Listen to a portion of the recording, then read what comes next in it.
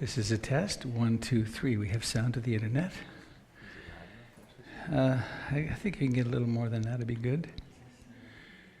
1, 2, 3, 4. 1, 2, 1, 2. This is a test of the Buddha broadcast. Oh, that's better. 1, 2, 3, 4. That looks good. Yay. And I'll go try the other mic, and then we'll try the guitar, and we'll be in business. Thanks. And don't hesitate to zoom in some, move it around a little bit. Okay, thanks.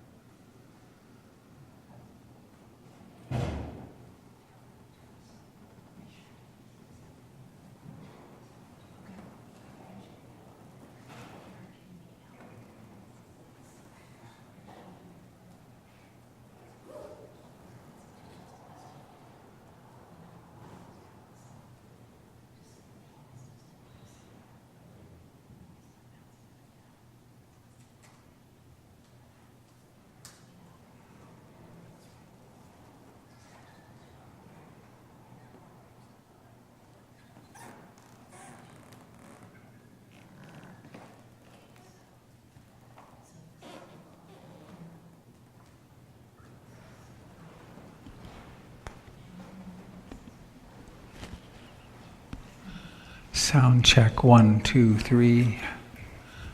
How's that looking up there? 1, 2, 3.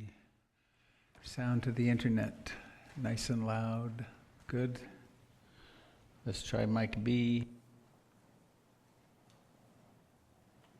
1, 2, 1, 1, 2, 3, 4. Good. 1, 2, 3.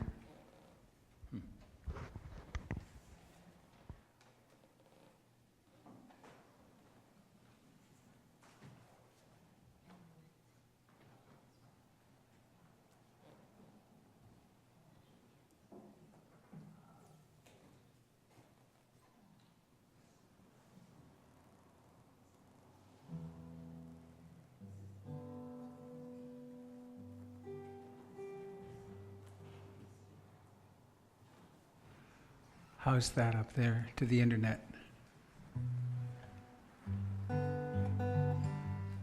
Oh, wait a minute. There's nothing.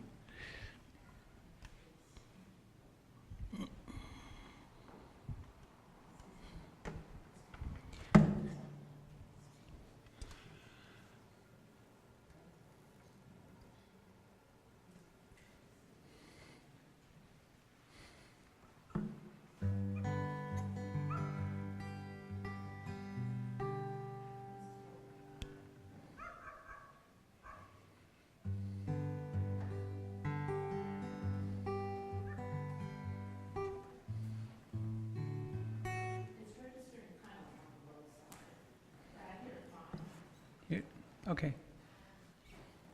Hi, Jim. You all tuned up? More or less. More or less.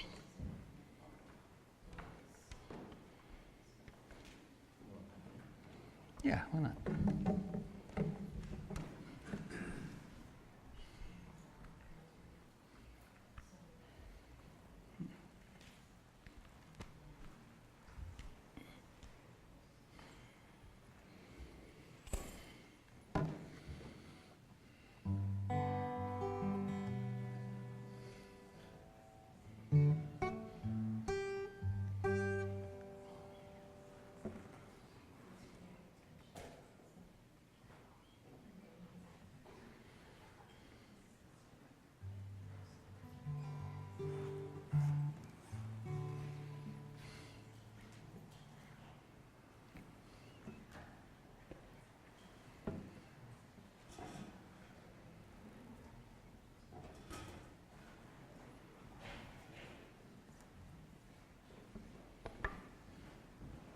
Hi.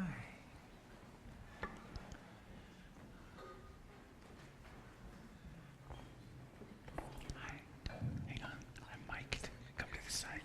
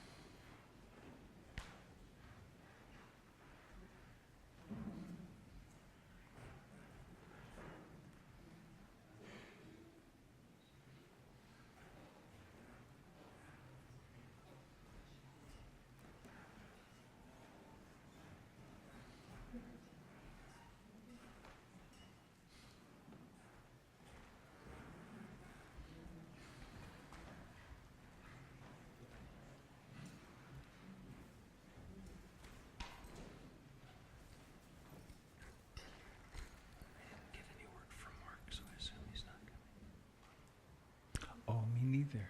Yeah. Yeah. Strange that we didn't get any word.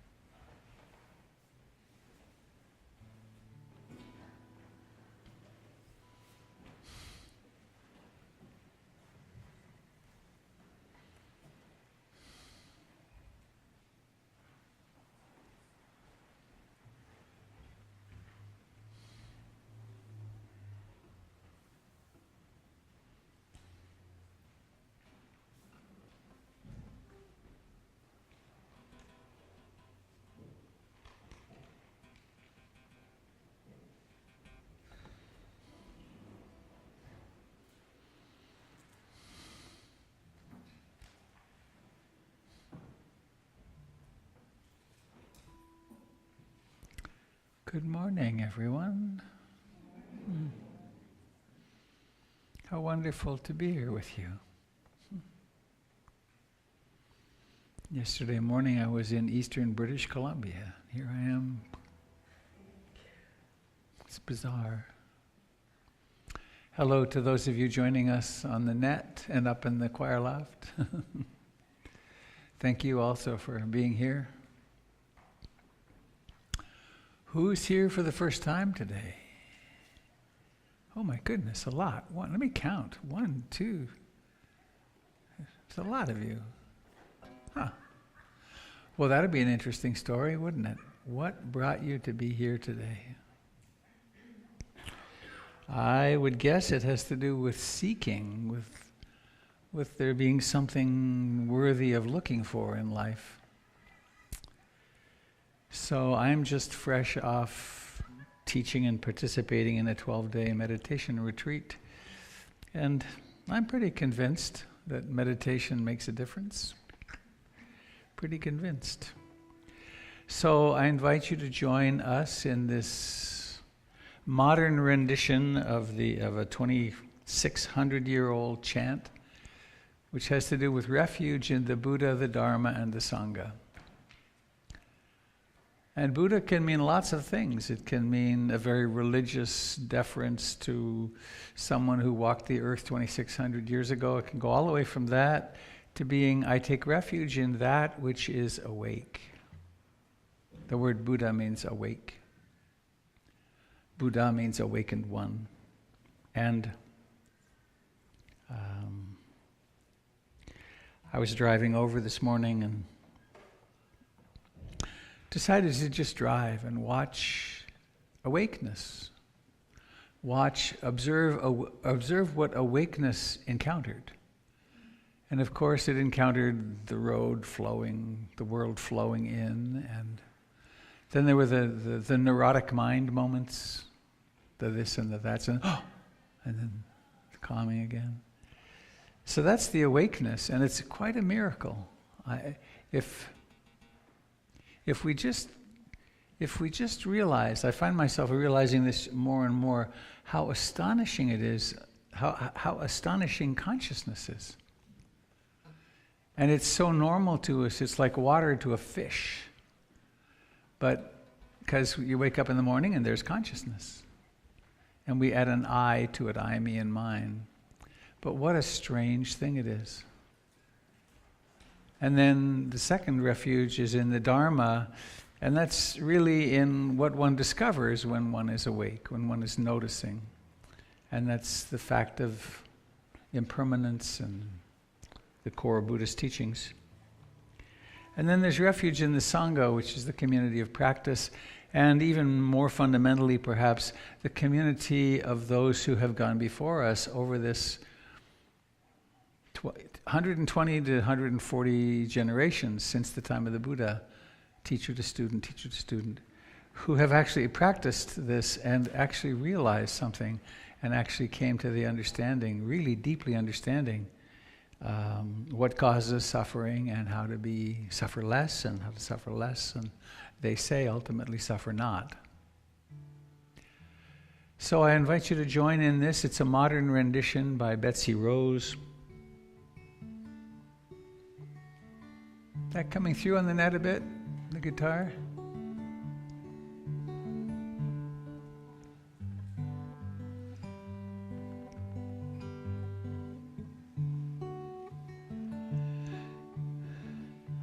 I take refuge in the Buddha, the one who shows me the way in this life. Namo Buddhaya, Namo Buddhaya, Namo Buddhaya.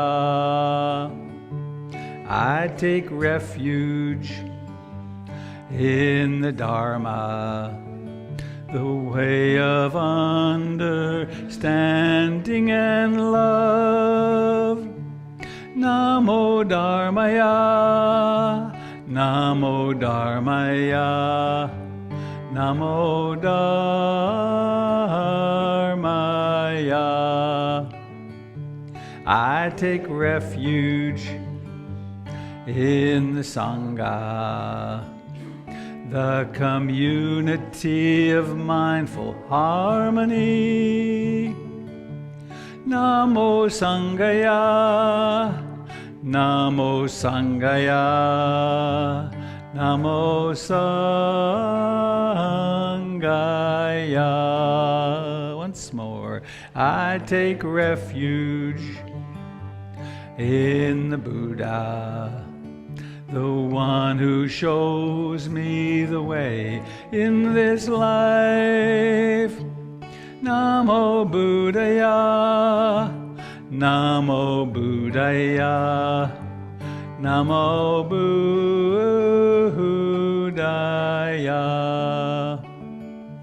I take refuge in the Dharma, the way of understanding and love. Namo Dharmaya, Namo Dharmaya, Namo Dharmaya. I take refuge in the Sangha, the community of mindful harmony. Namo Sangaya, Namo Sangaya, Namo Sangaya.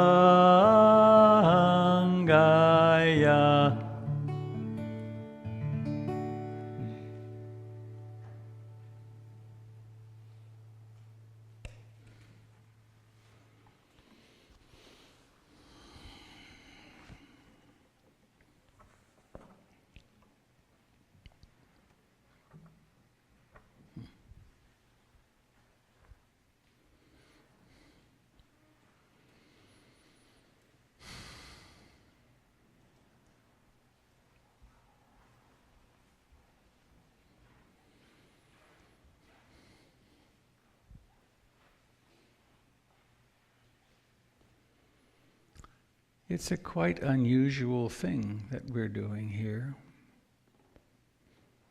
at least unusual in modernity, to sit down and not do much, to not check for a text or an email or listen to music or solve a problem or get somewhere. This is the practice of getting here. Here to this moment, to this body, to this breath.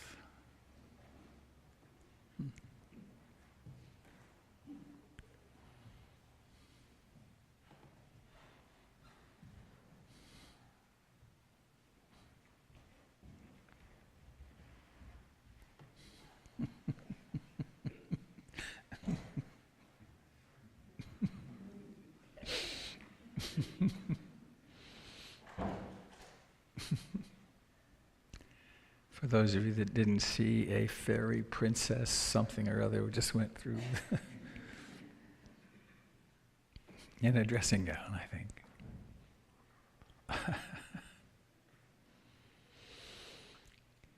So, when we stop, what do we find?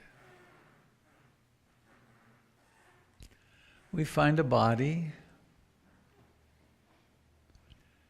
and there's a mind, an awareness that can inhabit that body.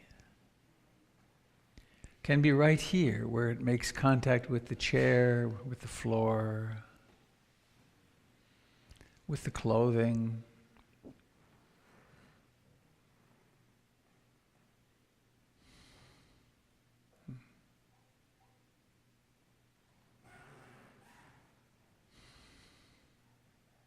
In the systematic training of the heart-mind by the Buddha, the Satipatthana Sutra, the Four Foundations of Mindfulness, he suggested that for most of us, starting to pay attention to the sensations of breathing can really take us a long ways toward a peaceful life, a peaceful heart.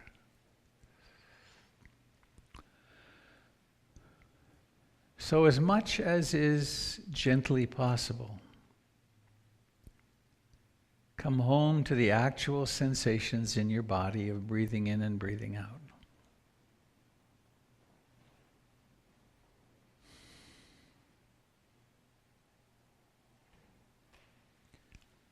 You'll notice this is kind of difficult because the mind really has a mind of its own, and it likes to think and plan and remember and worry, judge.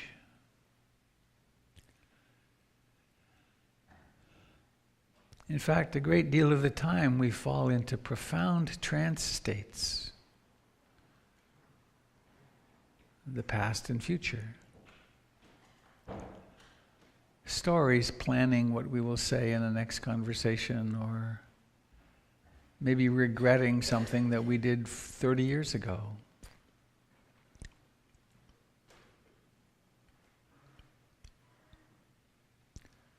Waking up can be as simple as realizing that we're semi-asleep in these trances. We're not here. In fact, not only do these thoughts and memories and so on all take place, we actually think they're real.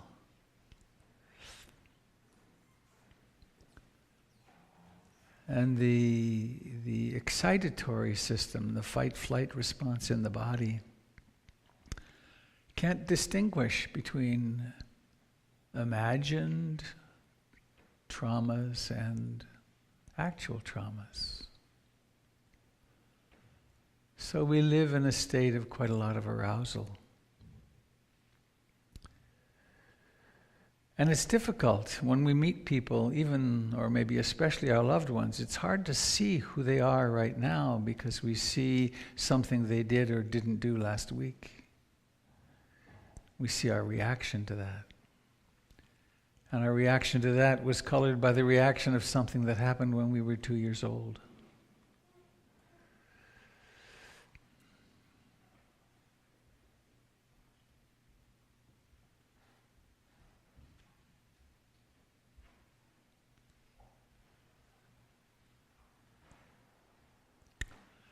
So please, let us, to the best of our ability at this moment, just be here in this room. Just be aware of breathing in and breathing out, aware of the contact of the body with the chair and the floor.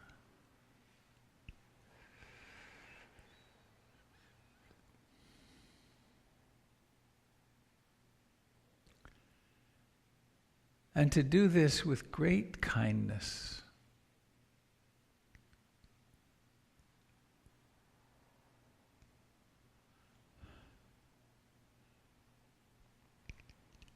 It's taught that the Buddha taught ahimsa, or nonviolence. And that's true.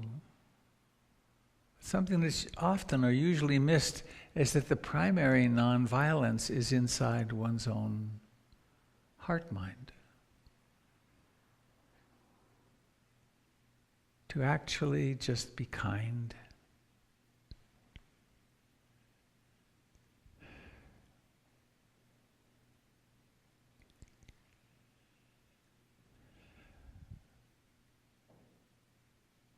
So becoming intimate, caring, attentive with the breath. Noticing when the mind wanders off and then coming back.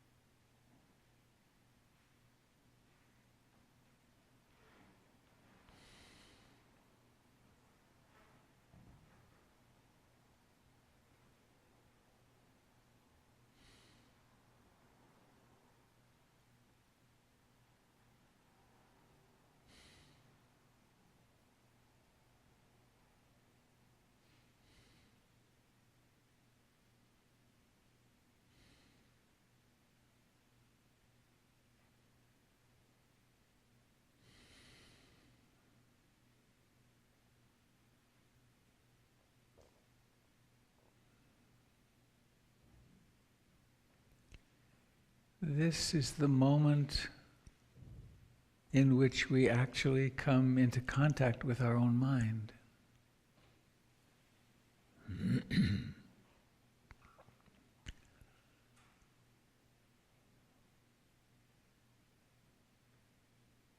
When we can become observant of thoughts, observant of emotions, of moods, of opinions.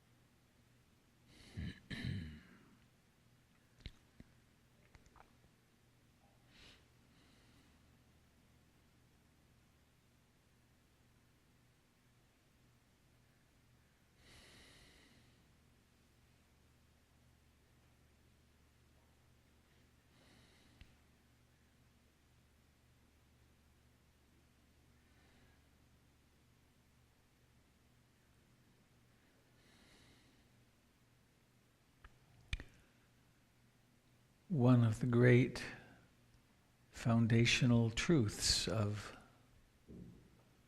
this universe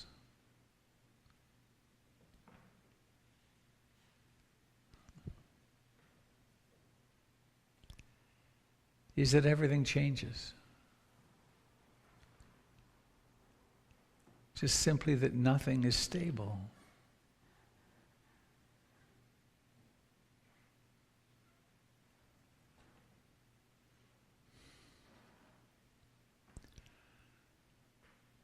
And if we observe the breath intimately,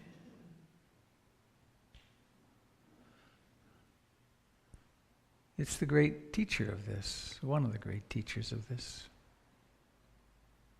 Because each breath has a beginning.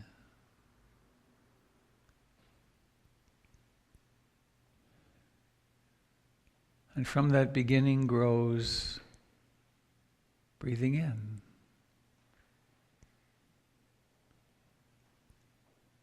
And then breathing in by necessity comes to an end.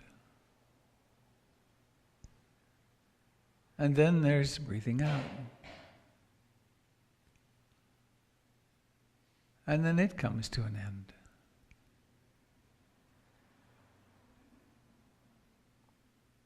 By the time breathing out ends, the beginning of breathing in is kind of ancient history.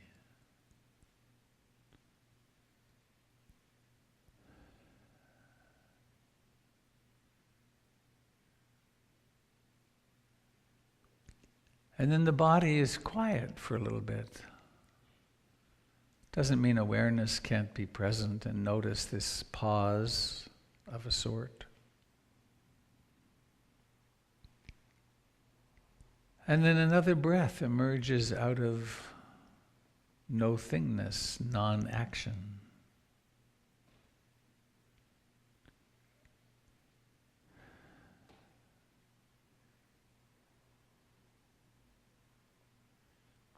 The more closely we attend to this, the more deeply the intuition of utter impermanence reveals itself.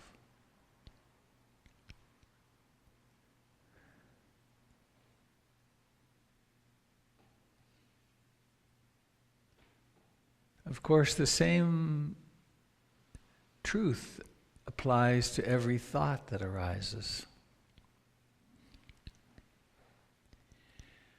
to every emotion, to every sound.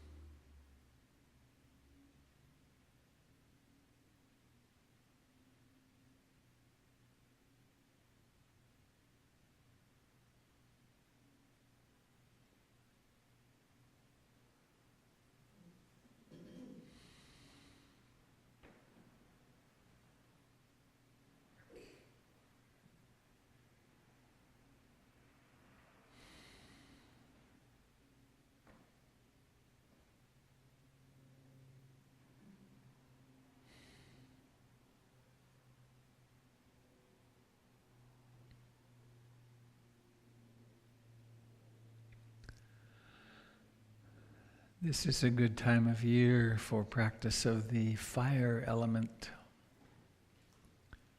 Our bodies are part of the earth. They're on loan.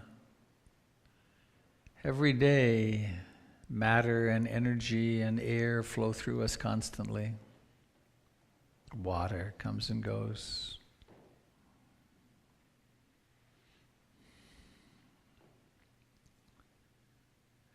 We breathe so we have oxygen to metabolize sugars to produce heat and energy.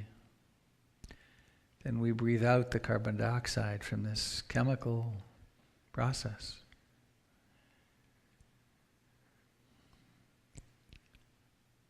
Some of this energy is turned to heat. Warm-blooded creatures.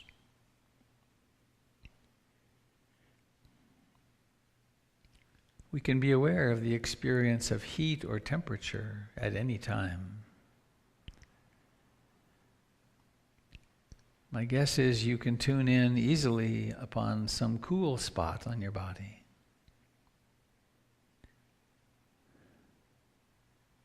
And some warmer or hotter spot.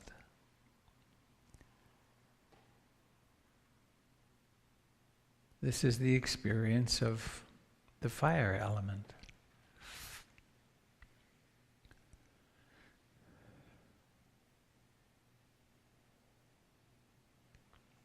We generally say things like, I am hot or I am cold. It's a whole different game to begin to notice, there's cold here. There's warmth there.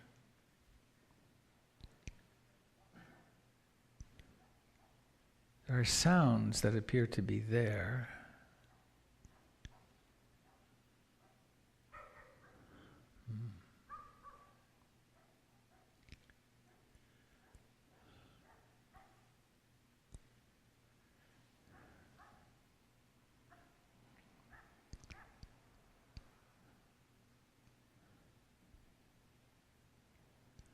From misunderstanding the purpose and practice of meditation, we can get irritated at sounds. A dog barks or someone speaks.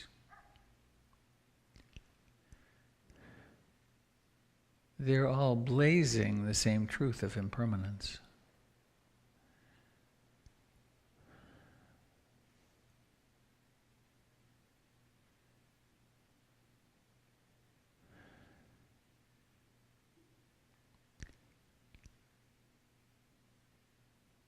And as long as there's life, there's this breathing in and breathing out.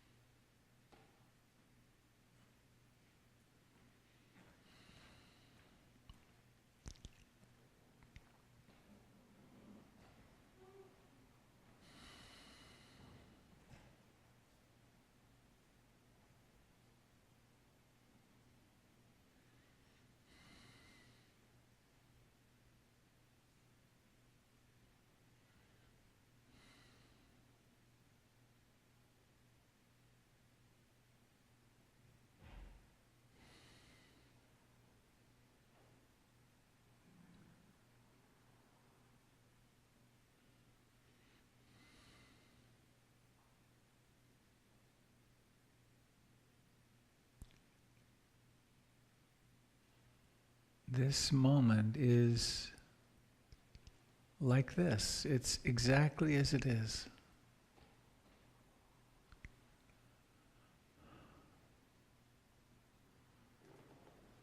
Being awake to it means to be awake to pleasant and unpleasant thoughts and emotions.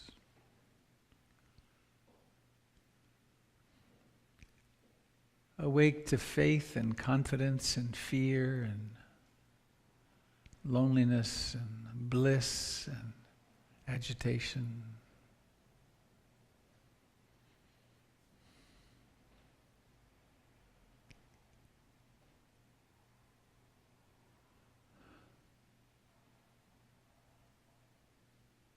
Being awake means fully living life.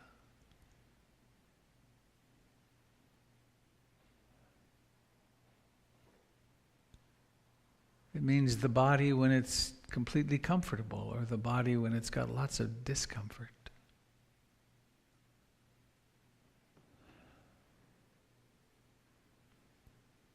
Awake at the beginning of relationships and at the end of them.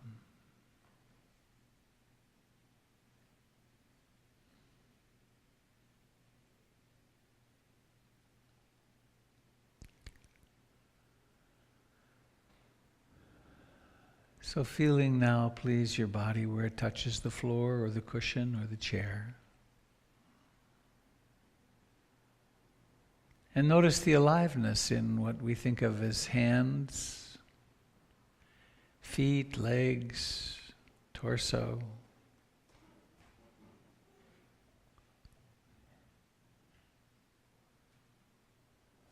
Face. Eyes,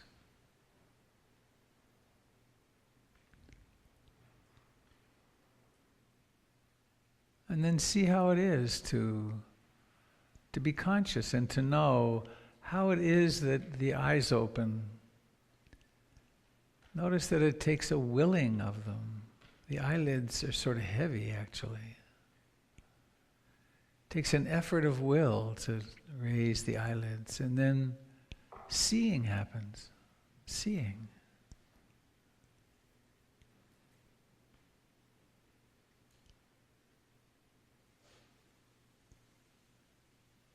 Seeing. Objects appear.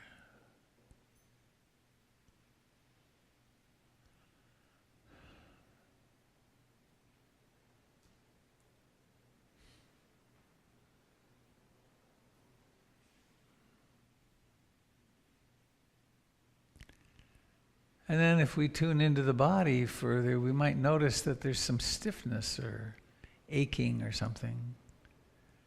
Why not mindfully let that get a bit of relief, a little stretch?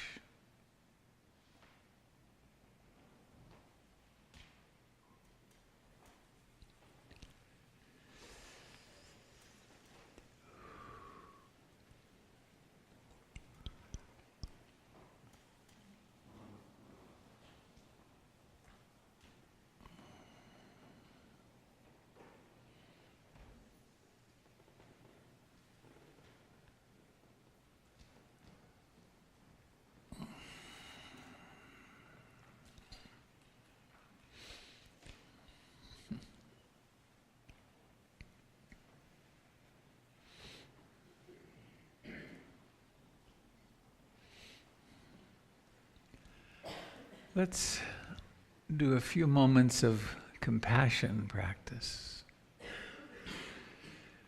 Please raise your hand if during this last 40 minutes your mind wandered. Look around. What about, did it wander into worry for anybody? Look around, look around. Did it wander into fear for anybody? Look. How about contentment and ease? This is a multi-vote election. How about restlessness and agitation? How about wanting something? Wanting. How about not wanting something, disliking something? It's noisy in here, isn't it? And of course, that's just the tip of the iceberg. How about doubt? It's like, what am I doing here? Can I do this? Yuck. How about faith? Yes. Oh, good. This is my home, the Dharma. Strange, isn't it? Well, Jim's going to take the helm now and do some mindful movement. And then Avi will give some announcements. And then I'll be back. And then, is today potluck? No, there's a snack and coffee adventure in the other room, an opportunity to meet one another and to just be humans together in an aware, kind of caring way. So, Mr. Jim, are you ready to do this?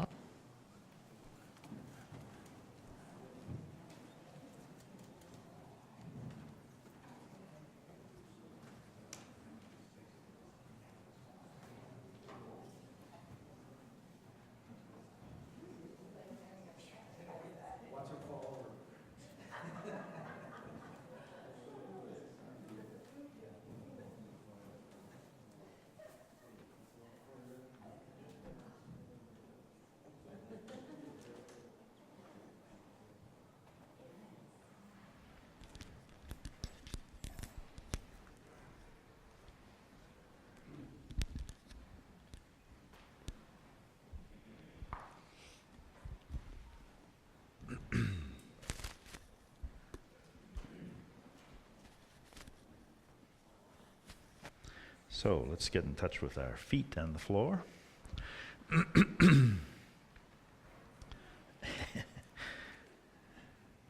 Imagine there's a string holding us up. We are all marionettes. So let's spin on the string, just moving back and forth. We can imagine that axis of turning, starting at the top of the head and moving down in between the heels on the floor and maybe extending down into the earth, sink into it. There's an old Tai Chi form, old in the sense of 300 years that we can sort of document, where people imagined the lantern on the pole. So the head was the lantern, and the pole was the spine. And we just take an easy, balanced pose with our hands on our hips and just turn the chin to one side. The lantern illuminates all sorts of living beings over here. And then we turn, and the other side, we can illuminate our experience over here, back and forth, loosening up, accepting what is over here, accepting our experience in the center, and then over to the other side. Just exploring any contraction, any tension, any resistance to being open to this, and this, and this, and this. And then opening the chest by pulling the hands back and the small of the back and continuing to turn. You can feel that some of the muscles that support this coconut at the top of the pole, I switched images here. The lantern, yeah. But you can feel how there's support for the lantern down into the middle of the chest, almost down to the sternum. There's muscles that release. Then if you reach forward, like you're hugging a tree, and continue turning, you can feel there's muscles in the back, down the rib cage between the shoulder blades. They have to stretch in order for the lantern to turn.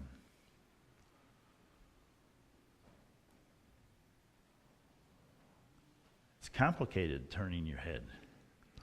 All sorts of little beings have to cooperate. Release and sink, and then feel all the connections in the shoulders and the wrists and the elbows. Simple activity we do all day long, lifting our arm. But there's a integrated system that lets this happen.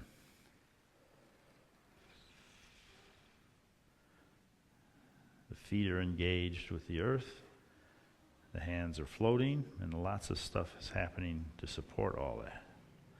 Let's lift and open.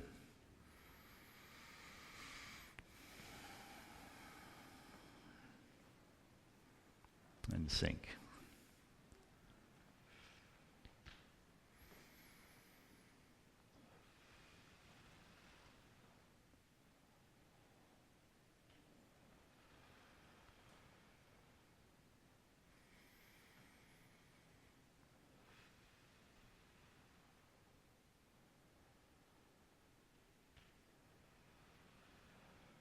And lifting overhead, painting a rainbow.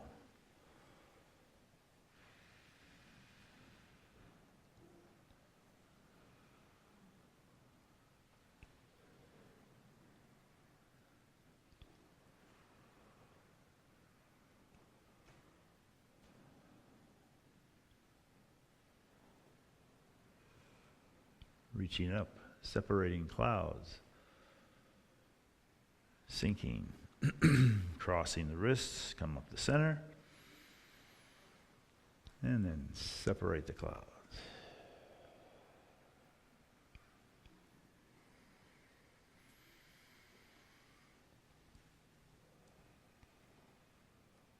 Open to the side, palms up.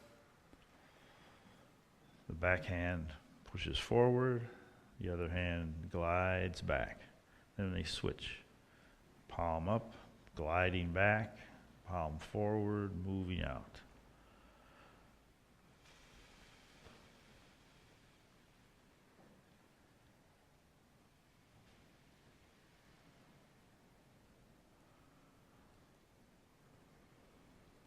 Awareness of the body, a body moving. Shoulders turning all the way around.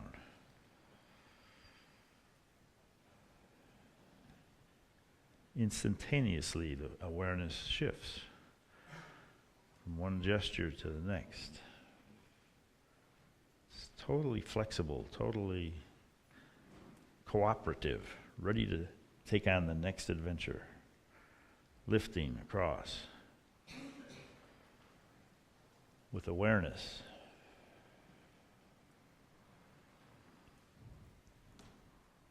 The feet feel different now. One heel comes off the floor.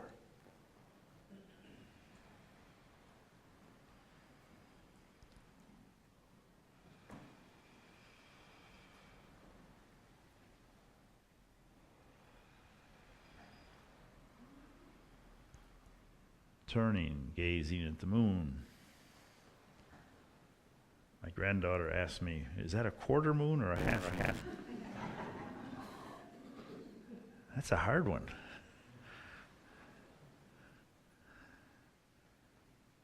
There it was up in the sky. It really doesn't care what we call it, I don't think. Pressing across.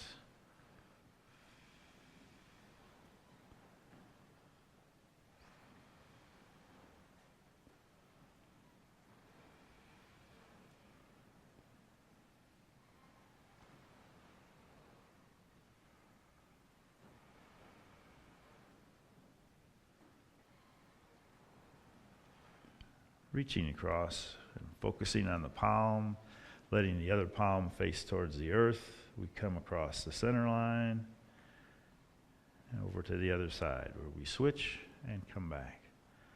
So again, we're playing with that central axis, but we're kind of leaning into it. So the weight's moving from one leg towards the other.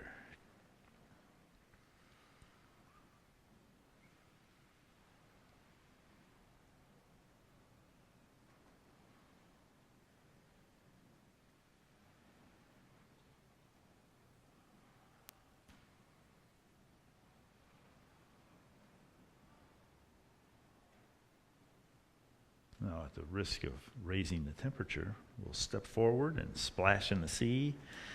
Keep that image of the water while we raise our temperature. Open the arms, lift the toe.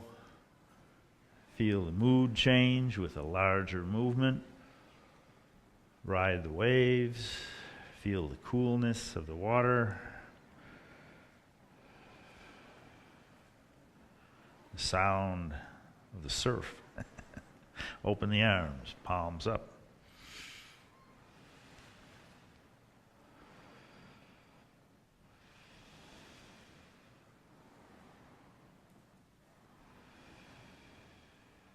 And back to the center. We'll step out to the other side and splash in the sea.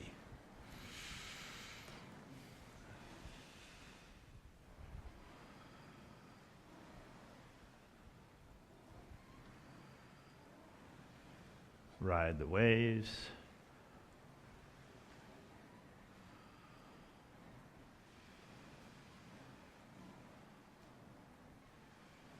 And open the arms. Palms up, palms down.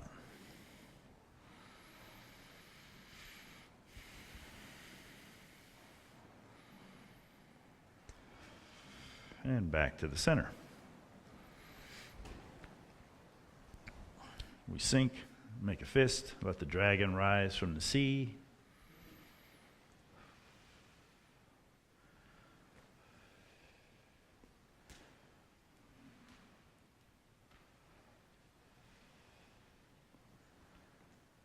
And then spread our wings and soar with the cranes.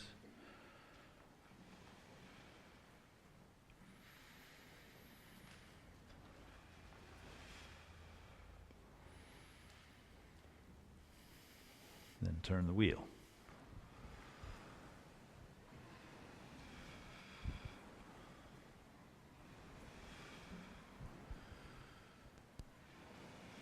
Change direction.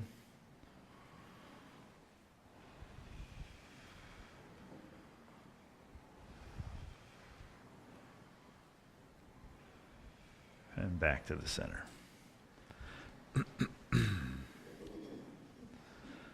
Lift one arm and one leg. We're back to the marionette image. Keeps coming back.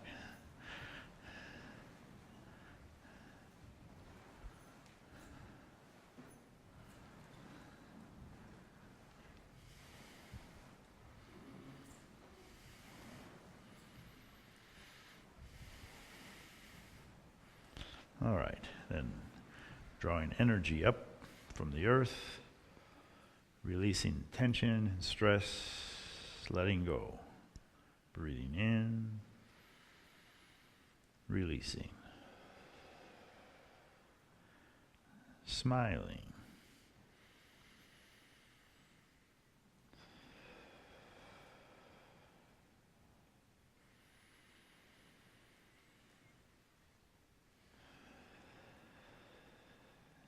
And then standing in stillness to the best of our ability.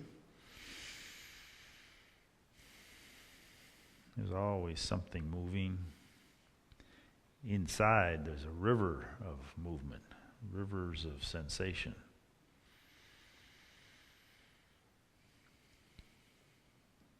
You may feel the breeze, you may feel heat, you may feel tingling. You may feel your hands surrounded by gloves.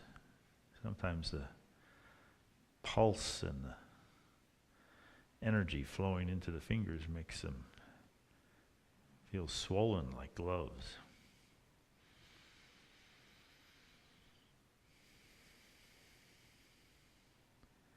But there's always something happening. Awareness settles on one area after the other.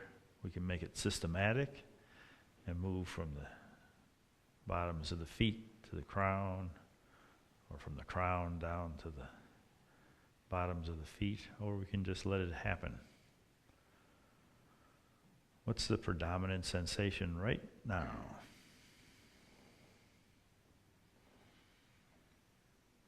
Each time we tune in, it might be very different.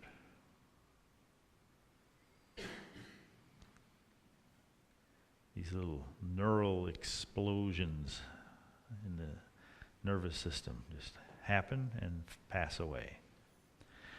So let's think again and open up to the side and integrate all this experience into the ending of our session.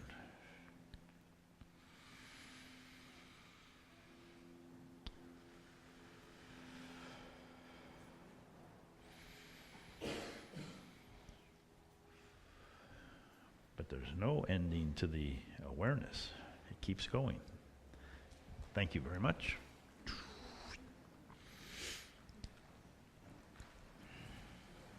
There you go, sir.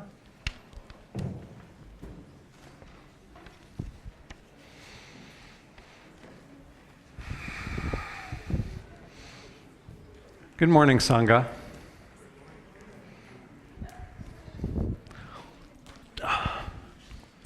It's good to be here with you. I too have been away. I survived the wilds of the Oregon Country Fair, for those of you that are familiar with it. It is a rather famous hippie festival that, as I understand it, Ken Kesey helped create about 49 years ago, the Ken Kesey of One Flew Over the Cuckoo's Nest. And while I was there, and I volunteer there for the last few years with Whitebird, which is the medical facility there. And while I was there, I was wandering around at night, and I came across this guy, and it's night. There are no streetlights around. So he's dressed all in black like a ninja. And there's this thing called L-wire, where when you attach power to it, it lights up in a color like a neon kind of light. And so he had drawn an outline of a stick figure with L-wire around his face and down his body, and with a single line down his arms and his legs. So he looked like a walking stick figure. It looked like something like one of the like a cartoon had come to life, because you couldn't see. And I was thinking, the world is a very strange and wonderful place. It can be. So what is going on? We've got things going on. July 27th through 29th or August 1st, Robert is having his Brighton Bush retreat.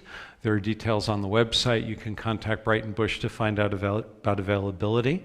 Saturday, August 4th, the first Saturday monthly day-long retreat at PIMC, or one of our continuing series of first Saturday monthly day-long retreats at PIMC.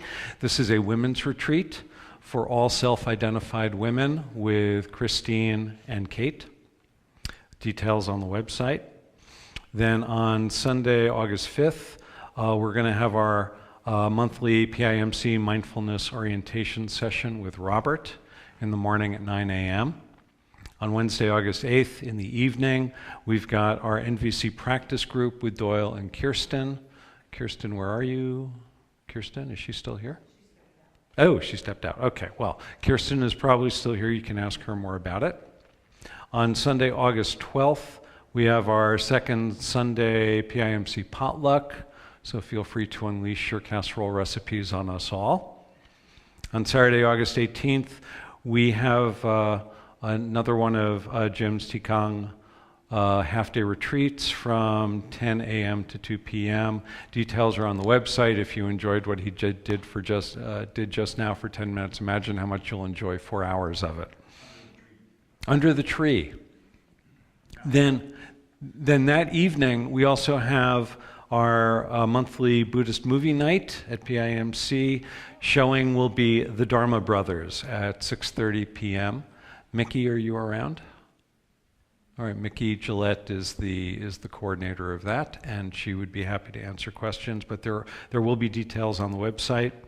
For parents, the children's program is taking a month off for the summer in August. So if you are a parent or you know of parents who bring their children to PIMC, please pass the word. We've got a message down on the door. We've got a message on the front of the building. I'm trying to think of all the ways I possibly can to let people know. If you have some thoughts, let me know about that so I don't miss people. And then beginning August 22nd through November 7th, we've got a new skillful speech class, which is our NVC, Nonviolent Communication class with Doyle and Kirsten on Wednesday evenings from 7 to 9:15. Details for that are on the website.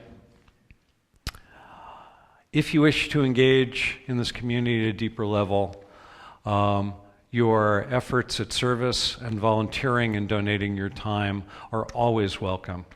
And as much as we need tasks to be done, this is also a way for you to get more deeply into this community and to learn about the people here and get to know them, because that is really the deal behind doing stuff here. It's getting to know one another and feeling like this is a home. And if you want to feel like this is more of a home to you, please contact me or Kirsten, and we'd be happy to set you up with some ways in which you can be of service here. We have a number of sits throughout the week. This is a rather large one. This is the mothership. We get in the range of 60 to 100 people every week. But if you like something a little more intimate, we have that too. Evenings, I think we have five or six total during the week. Look on the website and you can find more information about those. Same deal with those. You just simply show up. You don't have to let anybody know. And donations are always requested but never expected. We have spiritual friends groups. If you want to explore the Dharma among friends on your own time, we have a number of groups out in the community that are not attached to PIMC. They operate independently in neighborhoods and people's homes. If you would like to connect with a group like that, there's details on the website under the community tab. If you have questions, feel free to contact me. We have our transitions project in that chest. If you have things that you don't need, please bring them in and we will get them to the Transitions Project in Northwest Portland. It is a great program that we've been supporting for a number of years that helps homeless people get back on track with their lives. We also make Dharma consults available. If you have issues that are coming up in your practice and you want to talk with another experienced meditator about them, our teachers are happy to do that. If you are looking for a quick on-ramp to a consistent meditation practice, our teachers would be happy to help that with you too. They can meet with you in person, via the internet, or by phone. Just contact me and I'd be happy to set something up for you. And then for anything having to do with this community, any ways in which you want to access the resources here, please contact me. My name is Avi. I'm community coordinator here. I'm happy to show you how you can make use of this community and bring it into your life more. So I'm in the office in the mornings, Monday through Thursday, and I'm happy to talk with you. So I hope you all have a blessed day. Thank you for being here.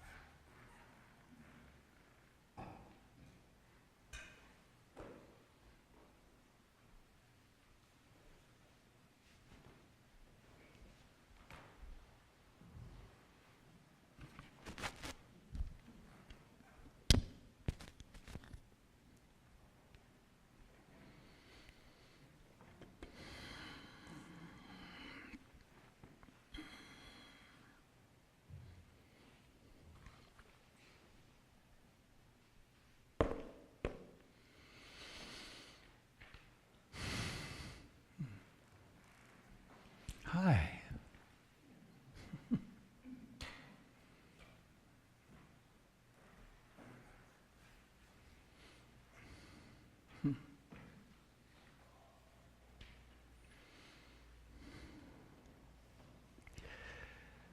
I have the experience that this practice is getting a little out of control.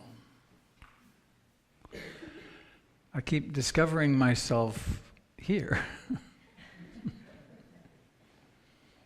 And here is really utterly discontinuous from there, or I tried talking about it on the retreat and failed, as I probably will here too.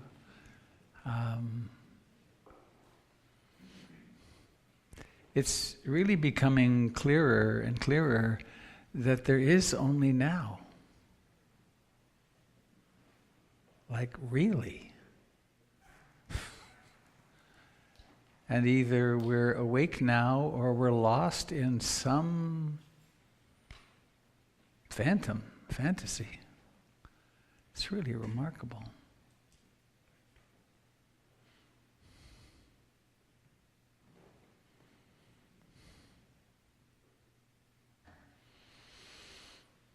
I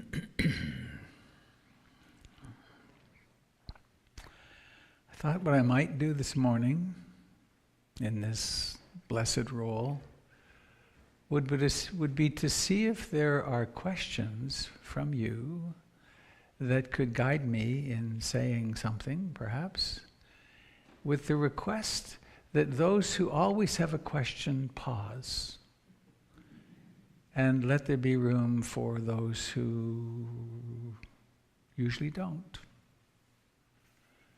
So let's see what happens if we were to do that. If you do want to ask someone, and also this is really important to say, please always feel free to ask the really, quote, stupid question or the obvious question, because they're so profound in almost every case. It's just the way it is. So if you do, just raise your hand if you have a question, and I will bring you the microphone.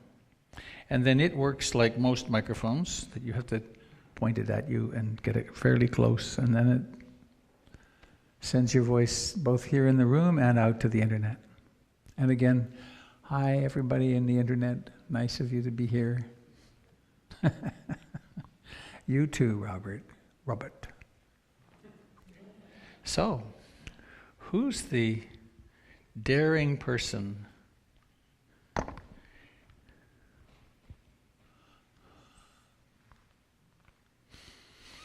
And it's okay to be silent too, that'd be nice. That's where my mind wants to go.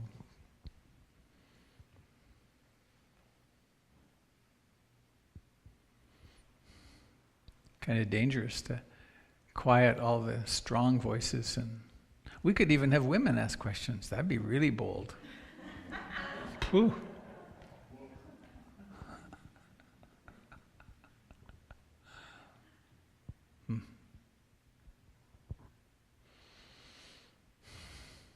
Please. And please say your name, okay?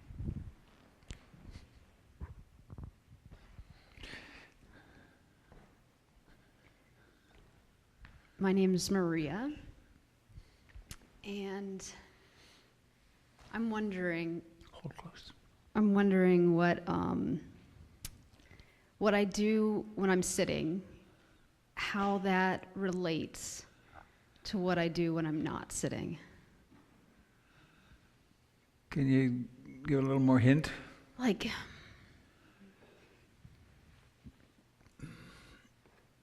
how can I use my experience of sitting in task and planning and doing and taking care of things? And Okay, I think I understand.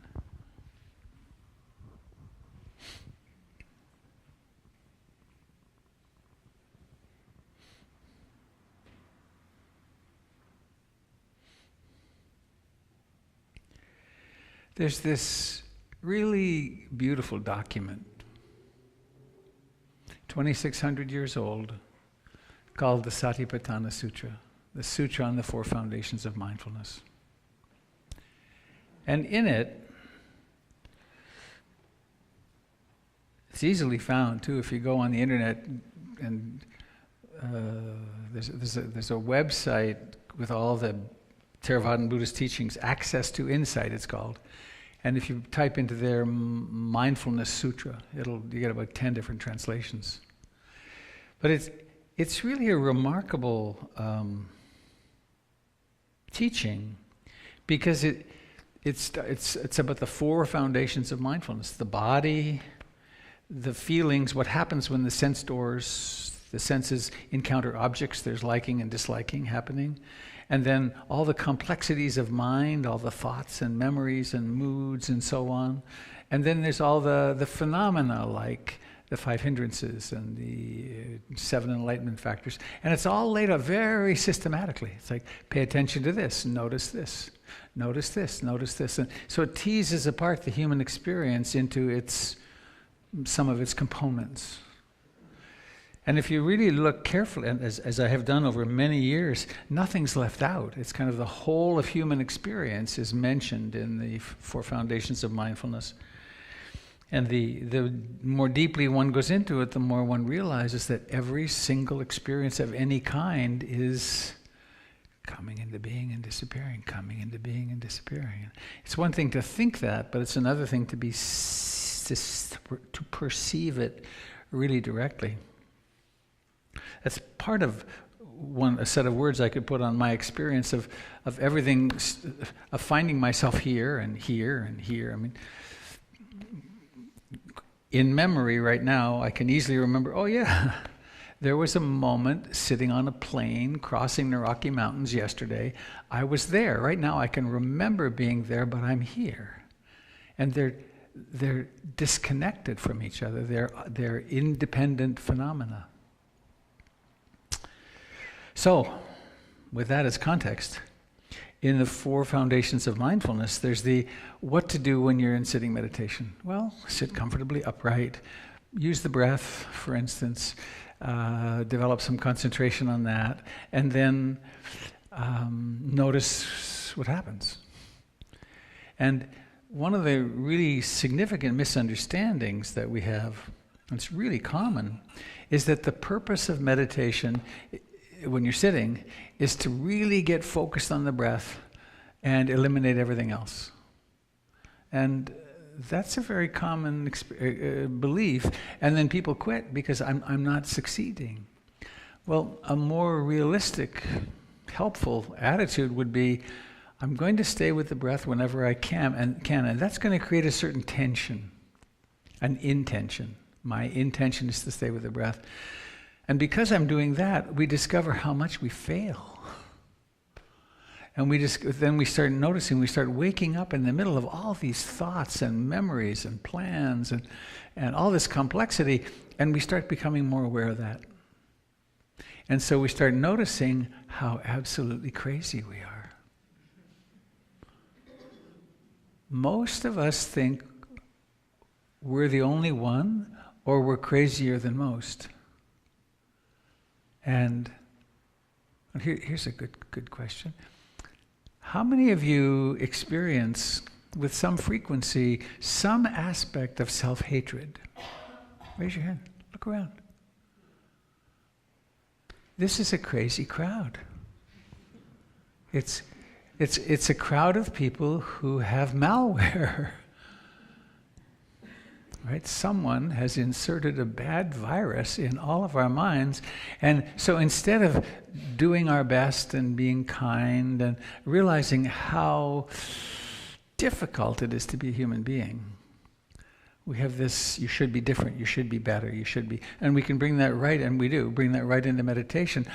My mind shouldn't wander. Well, a much kinder and more skillful and useful interpretation would be, I'm sitting here, my intention is to be doing this, and look what's happening. How remarkably interesting.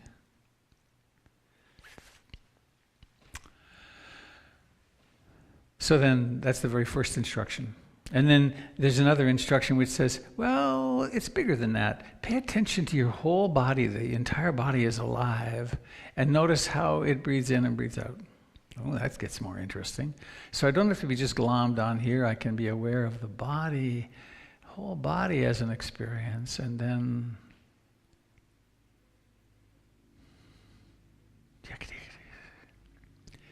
but then it goes on, and this is the transition into daily life. There are these phenomena that happen. pull this up, good. There's sitting, then there's intending to stand. Oh. And then there's standing up. And then there's intending to walk, and then there's walking. And then there's intending to lie down, and then there's lying down. And then there's intending to type, intending to drive, intending to chop carrots, intending to reach for the ketchup off the store shelf and put it in the bag, intending to pick up the phone, intending to talk. And then there's talking.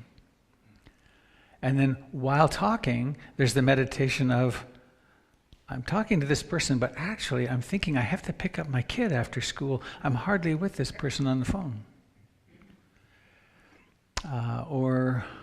And there's, here I am working on this project, and I haven't been, boink, all of a sudden I'm awake. I haven't been awake in 30 minutes. I've been totally engaged, so that's okay. So we notice that. And so it's one of the reasons why walking meditation as a regular practice is so helpful. Sit for half an hour, walk for 15 minutes or something. People tend to think, well, walking meditation is a lesser thing. No, walking meditation is just, it's exactly the same thing, but instead of my chest and abdomen, I'm using my lifting, moving, placing of the feet and legs as my meditation object. In both cases, the purpose is to become more aware of what's happening here, but also profoundly what's happening here, and how remarkably difficult it is for most of us to actually be here. Is that getting close to what you were asking? Any follow-up can help guide me? We tend to think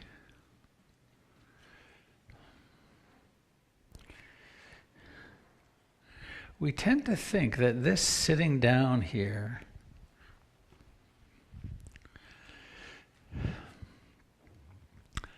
now I'm going to set my timer and I'm going to, quote, meditate for the next half hour. That's a great place to start. But in driving over here today, I wasn't doing anything different than sitting here on this. My intention was to be driving and be here, seeing, hearing, sitting, touching. Great way to drive.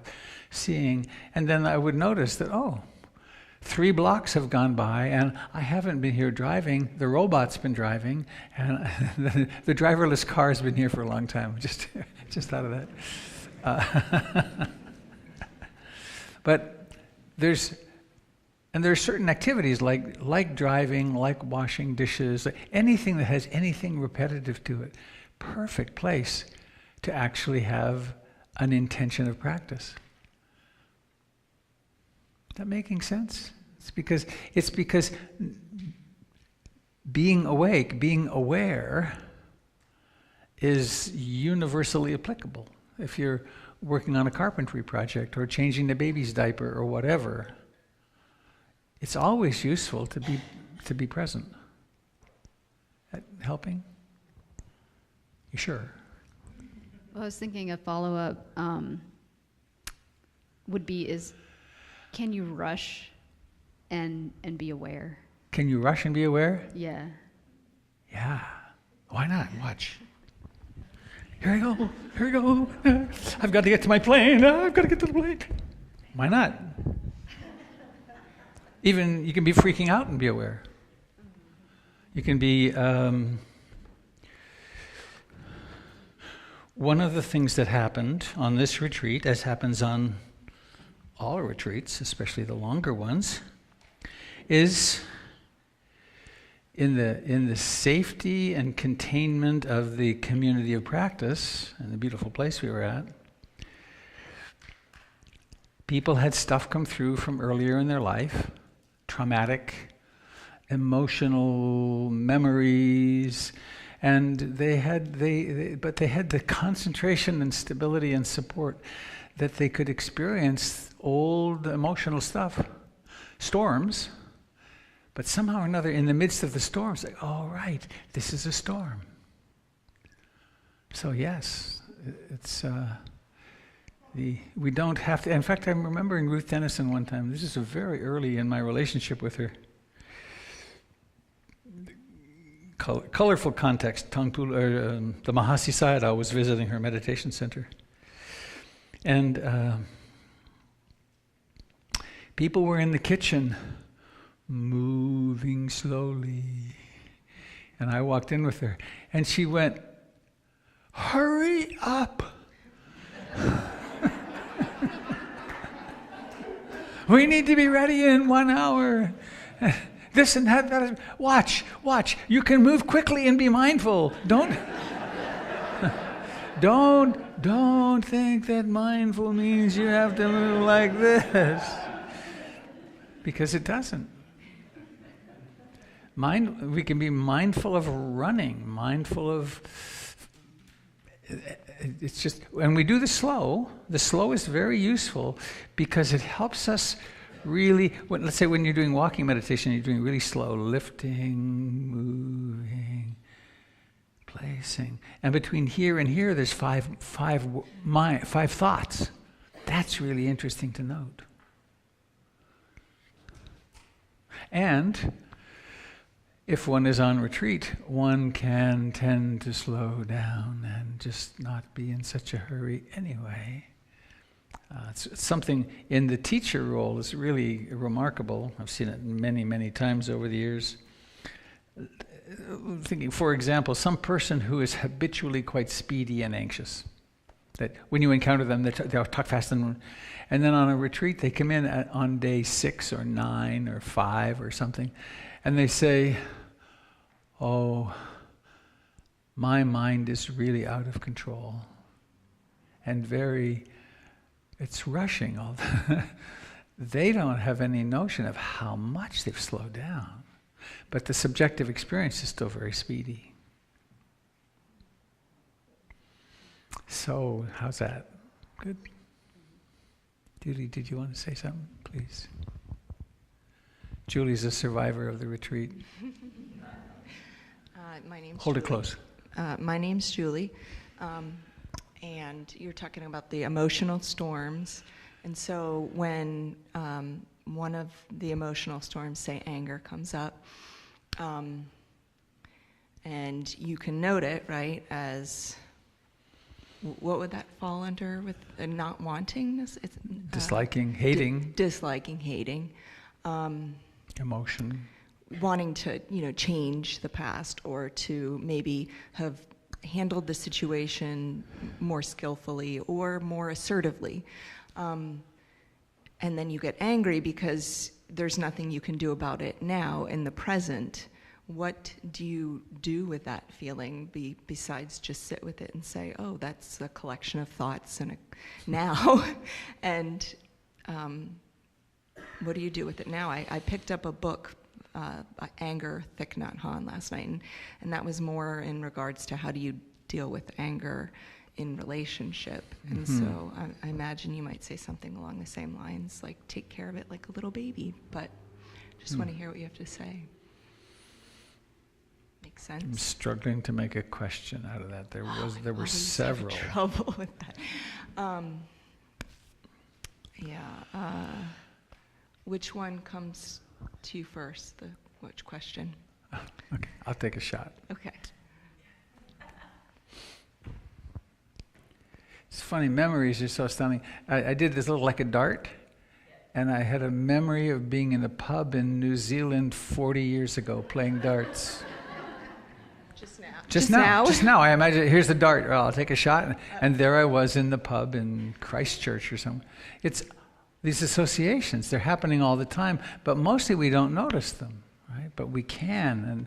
And the inner life becomes so much more interesting then.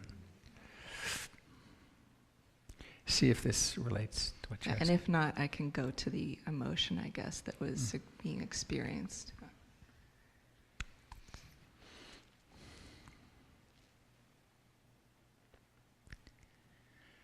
Anger is really important for us.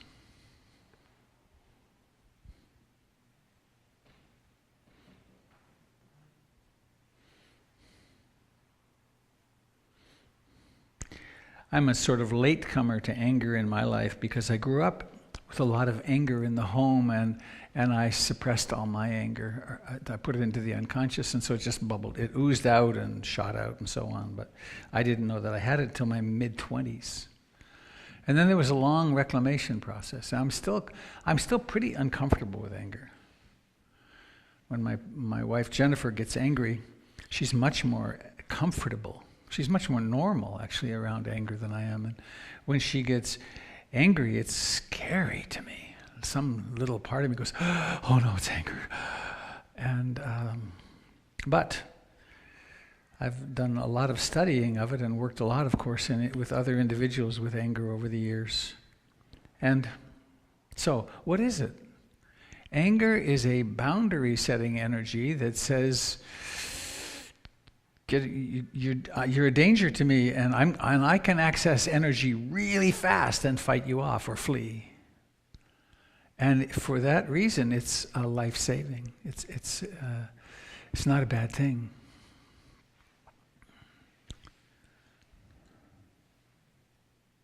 But what to do when it emerges? First thing is to know that it's there, which I didn't for the longest time. I had migraine headaches, terrible migraine headaches, and really bad allergies because I had no idea I was angry. All that energy had to go somewhere. So it went into sickness. But let's say someone says or does something that provokes an angry response. In the old eye for an eye and tooth for a tooth model, which has been normative on the earth and seems to be coming back, unfortunately, in some significant ways, in comes the stimulus, up comes the anger, and bam, the action comes out. That's not so helpful because it doesn't leave us any room to choose. It doesn't leave us room to say, well, that's a bit of an overreaction on my part. Maybe I could act more skillfully. So a first thing that you mention is up comes the anger, and if you're a person who's interested in the inner life and somewhat skilled at it, you notice this thing happening. And if one has time, one can then withdraw with that and spend some time with it and realize, what is this? I know one of the stories I tell of my own becoming conscious of anger was after my first meditation retreat in India in 1971. My girlfriend and I proceeded on our trip, and then we were in Goa, and something happened between us, and we could never fight. We didn't know how to fight. We were both so repressed. And something happened between us, and this thing happened inside myself. I didn't know what it was, but I went out walking, and I walked all night. And I watched this storm going on. And I was trying to do walking meditation, but I was lost all night, literally till dawn. And by dawn, it had calmed down. But then I realized something that I didn't know what it was, but I knew something had happened. And that it was gone. And then I came back, and we couldn't talk about it very effectively because I was so unconscious of what it was. It was very interesting.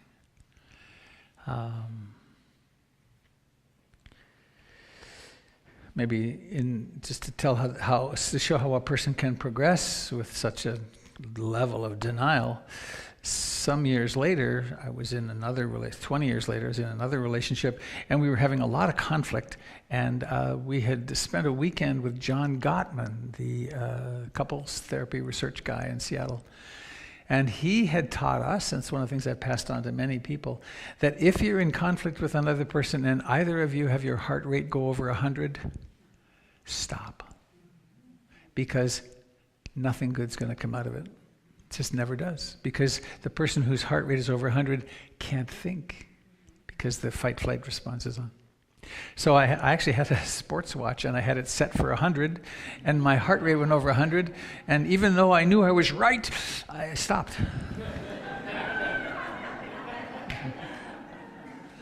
And I went to Gabriel Park, and there's a 7/10 of a mile circuit there, and it was a rainy, cold November night, I think, and I did stomping meditations. And But it was just a storm, completely possessed. But I went around the whole 7/10 of a mile, and by the time I got there, there were beginning to be moments of sanity. And then by the time I got around again, and I'd watched as the anger, and I knew it was anger, as there were these attack thoughts, enemy imaging thoughts, and really, really violent stuff happening in the mind. That gradually slowed down until by the time I got to my car the second time, another 7/10 of a mile, I was walking slowly and I was enjoying the night. And that storm had passed. And then I went home and we had a sane conversation. Because I could own the fact that I had been very angry. And why was I angry? Well, there was some threat.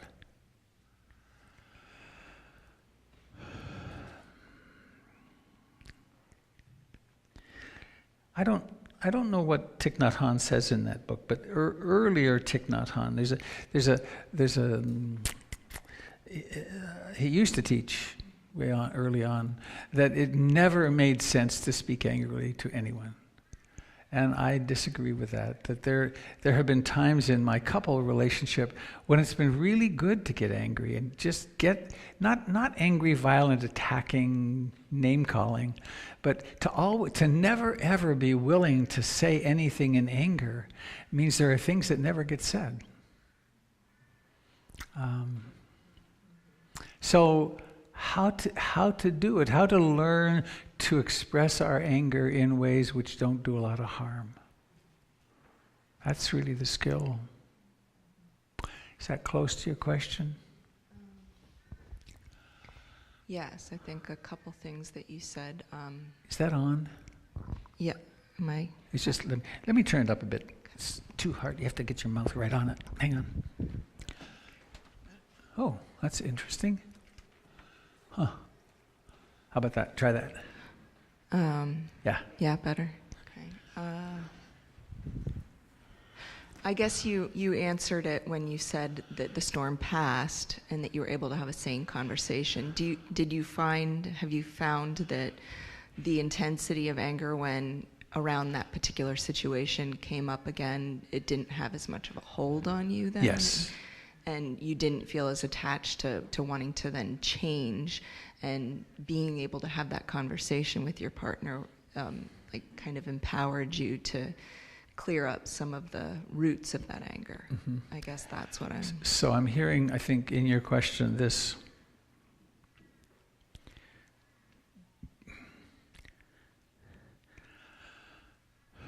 I don't think we're stuck with the level of reactivity that we have right now.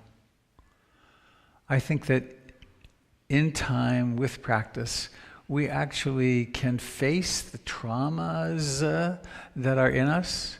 We can do the grieving we need to do, and we can also develop insight into the nature of ourselves, such that we become less and less reactive. A few weeks ago, a couple of months ago, I gave a talk on the Theravadan Buddhist view of the 4 stages of enlightenment. And that first glimpse, where one realizes that one isn't just this, one is everything, that doesn't change psychology very much at all. It does change things in that one's worldview shifts. But then the next stage has to do with a significant reduction in desire and aversion. Imagine that. If you're liking and disliking, what if we could right now, I'll turn the button and turn liking and disliking down by 70%. So you watch the news, you see someone on the news that you usually get really about, and you've got 30%. Doesn't mean you agree or disagree anymore, but just the reactivity is down. And then they say, theoretical for me, that at the next stage, liking and disliking go almost to zero. There's still pain, there's still pleasure, but the tolerance, it's like, this is life. Life is constantly, so then there's almost no reactivity. Just because you're meditating more. Hmm? Just because you're meditating more and you have a practice. Well, the meditation has provided its fruits. Yeah.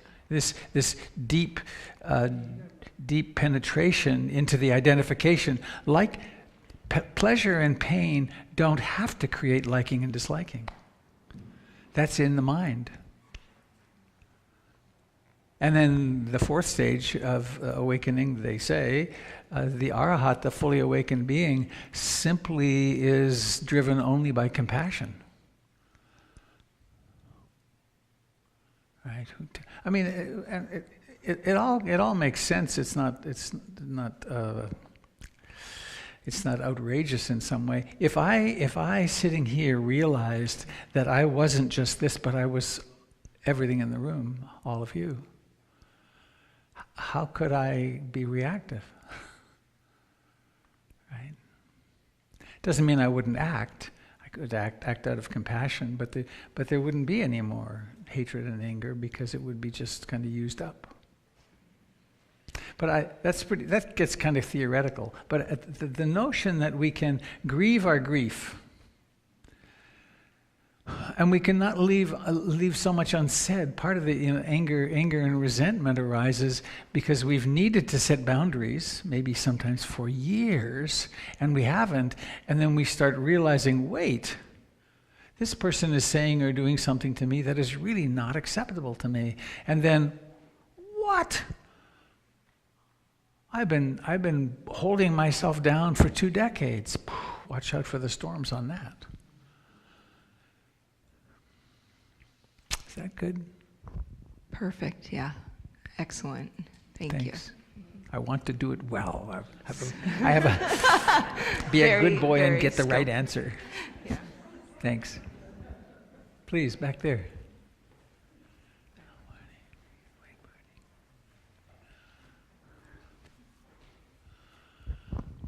I'm Robbie. Can you describe what your experience might be of mindfully peeling carrots? Oh, okay. Is it a carrot from my garden or a carrot from the store? All right. Any old Sorry, I carrot. didn't hear you. Here, hang on. Okay. Now there's an attractive carrot. Where's my peeler? Why do the kids never put things back where they in? Oh, there's the peeler, right. Good, I like this peeler. It's a nice sharp peeler. All right, I'm reaching for the carrot. And am I on retreat or am I at home? At home, because then I'm not so slow. It's like, oh, got to peel this one. Peeling. Oh, there's a deep spot. I have to get that out. Peeling.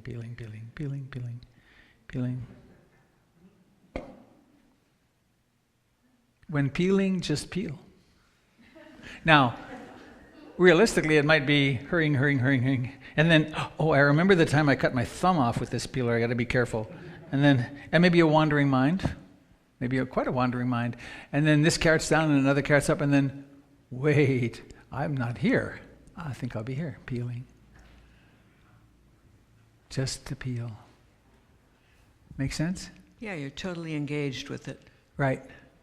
And sometimes one gets into the beauty of the object. What pops to mind here is I've built over the years several cedar fences, where you get these beautiful cedar boards, and every cedar board is an art piece. Right there, the grain is so elegant and beautiful. And I when I was doing that, I would practice that on driving nails. It's like reaching for the nail, and now I'm hitting the nail. So it's always about doing what one is doing at the moment one is doing it, to the best of one's ability. The guitar is a great reflection too, because for me, being a relatively young guitarist, when the mind wanders, everything falls apart. And that's, in that way, it's a great concentration meditation. Thank you. Please. Anybody else?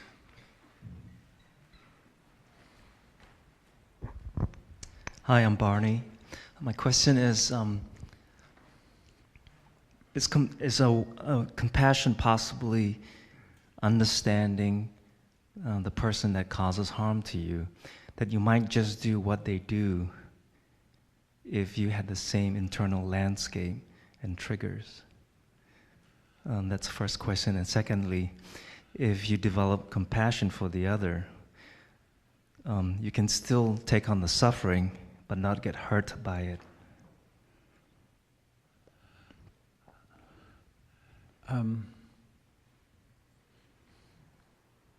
I'm confused. Can you try again? Okay, can a version of compassion be understanding that you might do exactly what the other person is doing to you? Understanding that you might do the same thing? Yes, if you had the same conditions or afflictions. Oh.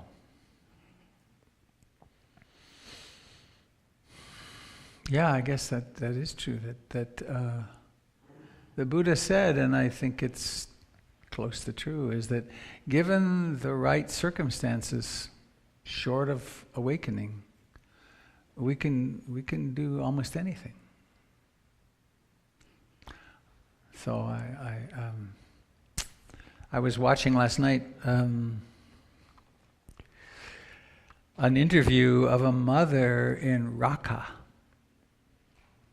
which was the center of ISIS caliphate, attempted caliphate. And she was going from one bombed prison to the next looking for her children. And some of the people that were interviewed were pretty coarse, pretty rough people. And I did a little reflection of how would I be if I were in such a circumstance? What would have happened? Or because we are fruits of the conditioning. So yes, I think that the compassion practice for me, that's one thing that I like to do, and it's very helpful for me, is to read about the childhood, particularly the early childhood, of people who are doing heinous acts or who do heinous acts. And their capacity to do heinous acts is always rooted in their first 2 or 3 or 4 years, because that's when we develop compassion. So it helps with kindness toward them. But second part of the question is, after you develop compassion for the person that harms you, is it possible that you can still take on the suffering from the actions but not get hurt by it because of having this compassion? Funny, I'm having difficulty making a meaning of that. I'm sorry. In other words, you don't internalize it as that you are responsible for it, and that you're not defective, or that you are responsible for causing the suffering.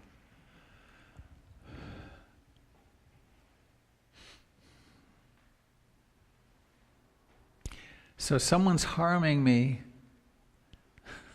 and I'm being compassionate for them because of their circumstances? Correct. Let's say, like, my dad yelled at me, for instance. And as a child, my response was, I must have caused it, as a child. Oh, right. Yeah. But as I developed a sense of awareness, I understand a little bit more about my dad and his upbringing, I realized that I wasn't responsible for it. Rather, I provided the last condition, and that there were many more conditions that were brewing underneath that I did not see. Right. And because I did not see it, I felt responsible because it happened. The yelling happened when I said something at the same time. So I wasn't aware of dependent arising because as a child I wasn't skillful. But as an adult, I started seeing that my dad had a very chaotic childhood, and that all that anger was just fermenting underneath, and I just provided the last condition. And that's how I broke the dependence on my dad providing a sense of self. Sounds like you had a pretty good trip to Australia. Thank you. He didn't yell at me, by the way. He didn't yell at you, but you were more compassionate. Yes. Okay, let me say something about that. Where are we at? Oh, good.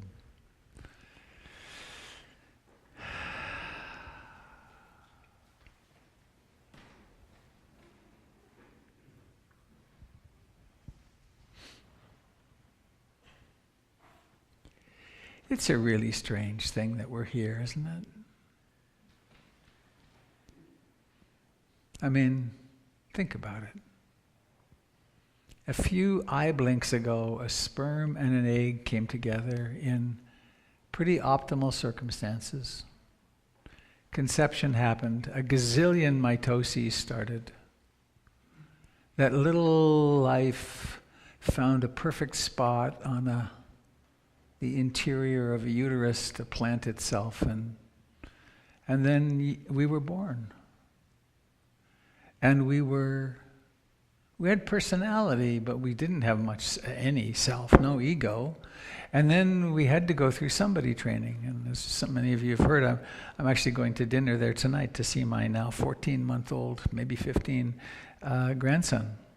And he's developing a self, and we're all cheering, and he's becoming more. My son sent me a video while I was in Canada of him climbing the ladder of a slide, and then he slid himself. He's developing mastery. He's becoming a self. And it's a good thing, because if he doesn't, then big problems. But the vulnerability that we have to our parents and to their moods and to their injuries, psychological, emotional, alcoholism, drug addiction, mental illness, poverty, and they're not, and they come from circumstances where there was all this themselves, and we pass these things down.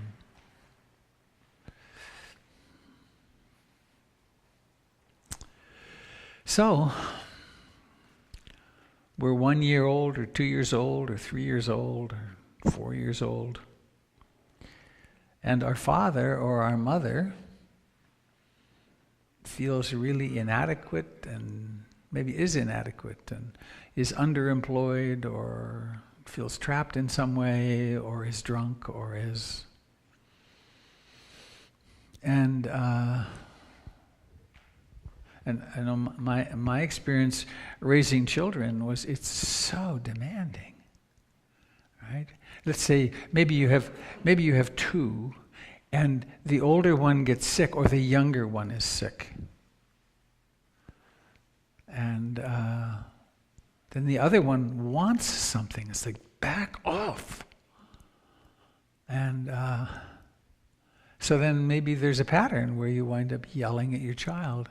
And one of the very interesting, and I don't know, I think it's life-saving, I had it explained to me that way once, was that the child at age 2, 3, 4, 5, 6, with a parent who's somewhat out of control at times, and what parent isn't at times, instead of, and that child has no life experience, has no other parent. I mean, we as parents are gods to our children. Right? We're the world. And so there's no way the child can think, well, my father's acting like this, and he acts like this a lot, but his father beat him a lot, and he's worried at work, and my mom's having an affair, or he just did, or we don't have any of that capacity. So instead, what we seem to do is to say, my father's acting badly, and it must be because of me. Because I spilled my milk, or because I took my brother's toy, or because whatever I just did, he got angry, it must be me. Therefore, I want to have some control in this world. I'm going to be a better boy. I'm going to be more attentive to his mood or her mood, and so there's something wrong with me. And then that gets built on. And then we wind up as adults, and we have this very deep belief that there's something wrong with me. And I've never met anyone that I got to know at depth that didn't have a significant chunk of that. Because you don't get out of childhood without significant contortions. So then, it's so, this Dharma practice is so incredible, because as we become more aware, and this self-hatred or self-blaming or self-limitation starts coming out of the woodwork, starts coming out of the unconscious, we start noticing it. And then we discover that it's not the truth, it's a belief.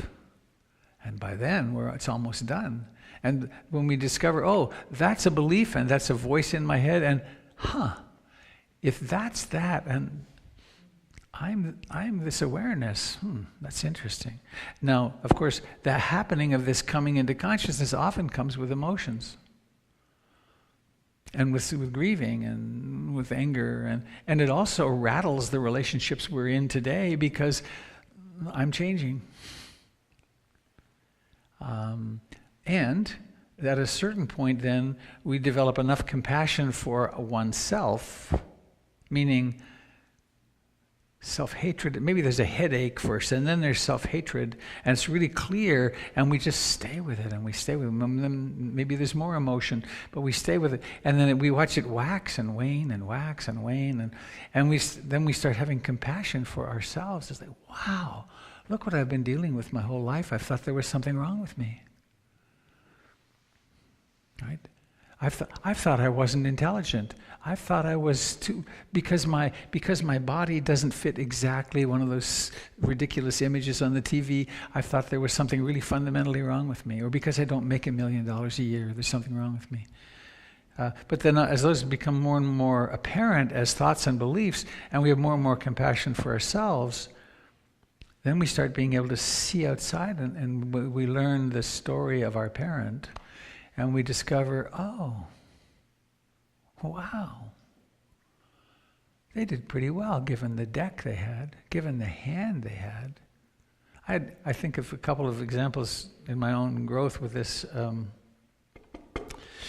My father was physically abused by his father, fairly substantially, I think. He was one of 6 kids. And in my childhood, he would get these shipping pallets and break them apart and bring them home, and then they'd be outside the window, and he'd bring them into the basement, he'd cut them up, and then burn them in the fireplace. And so I grew up with my father on occasion getting really angry, and we'd know he was angry because the saw is going, "Nyeh, nyeh, nyeh." And then the wood crashes into the back. It's like, and I was talking to my therapist about what a bad man my father was, and looking for his support. And he said, well, that's interesting. You did say he never hit you, right? Now that was quite an achievement, because he wanted to, of course. He was a parent. And instead of hitting you, he went down in the basement and sawed wood angrily. And something shifted. It was like, oh my goodness. My father was doing something really brilliant. He didn't have meditation, he didn't have psychotherapy, but he did have an angry saw. And then another time I was complaining about my mother being so cold and distant and then so needy of me and so on. And the therapist, beautifully, as I recall, said, so let's think about your mom for a second. She was 6 when her mom died. And then she was put on a train to Ottawa with a $5 bill, this is the story, pinned to her coat, in care of the conductor.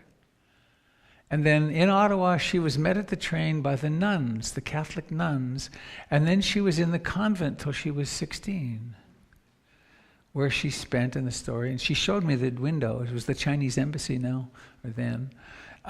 She was at her window for 15 hours a day. She was in her little cell 15 hours a day. And then at 16, she left the convent to be with her, to take care of her father, who was drunken, and her 2 younger siblings. I wonder why she was a bit cold and distant. And it was one of those moments of, wow, I feel a little teary right now. What a great job she did. That she managed, she had 3 kids and one of them was fairly sick. she really worked hard to be caring and available, and she missed the mark a lot. And that created the wounding that provided something to work with in this lifetime. So that touching your point, that the more that we realize our own suffering, the more we can. I gotta be careful with double negatives. The more we can't not be compassionate. That one of my teachers, a woman in San Francisco, Rena Sirkar, used to do a meditation. We'd be holding hands, and she'd remind us. She'd say, "Think about how hard your life has been, and think about how hard your parents' life has been, and think about how hard the life of everyone in this room has been. Given that fact, how can we not love each other? Right? How can we not be kind to each other? It's only when we're lost in our own pain that we don't see each other as precious survivors." That was one of the things that came really clear on this last retreat, how we're all survivors. We're survivors, and we're survivors of such bravery that we're willing to sit down and look inward and actually feel it. That means the call from inside is really powerful. So, thank you for those questions, very helpful.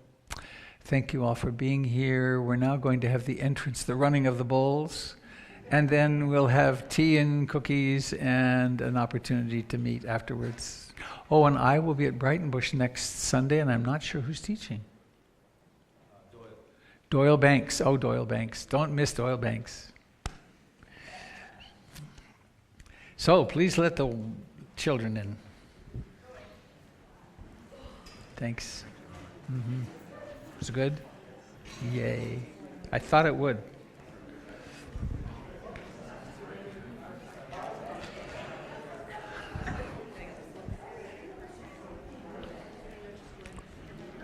Oh.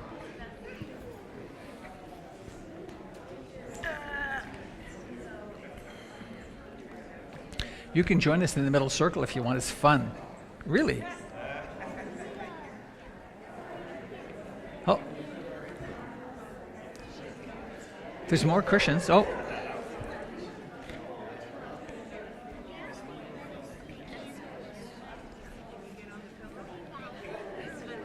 you want to sit here? Nope. Hi.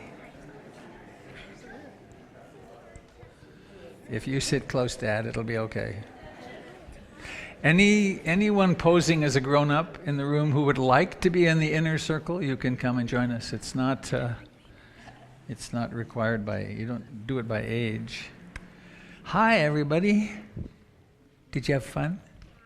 Yeah? What'd you do? I heard you were making a lot of noise in there at one point. Oh, sorry. Was it too much? No. I was back there. It wasn't too much at all. It just sounds like so much fun was happening. No, you don't have to be quiet. Well, can I hold your hand? Yeah. How about you? Can I hold your hand? Oh, here we are. There we go. Well, are you, those of you at home, oh, look, isn't that nice in the choir loft, holding hands? Yay. And back at home, if you're alone, hold your own hand. So here we sit or stand. Let's be aware of the hand in your right hand and give it a little squeeze. I can feel your hand over there.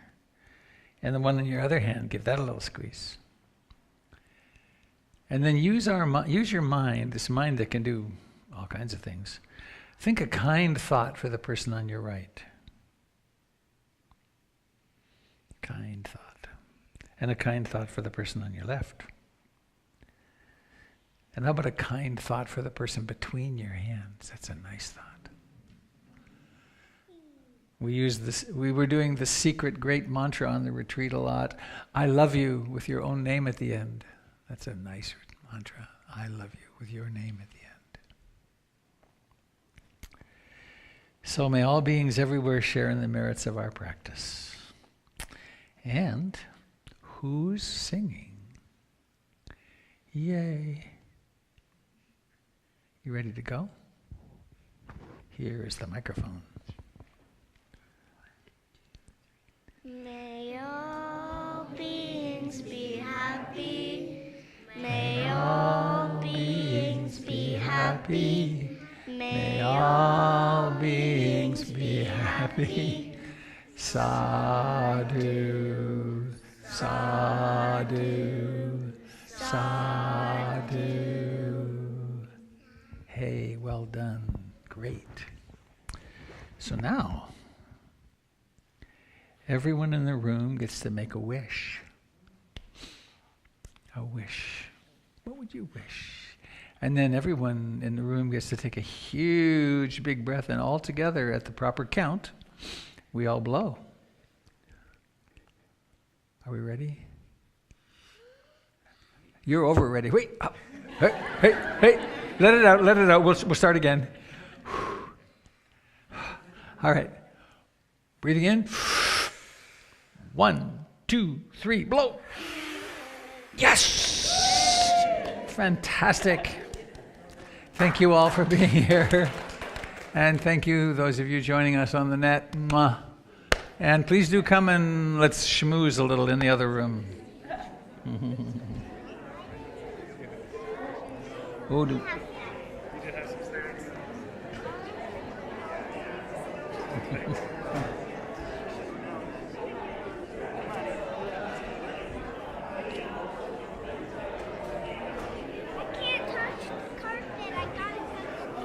Uh-oh. Here. There's another one.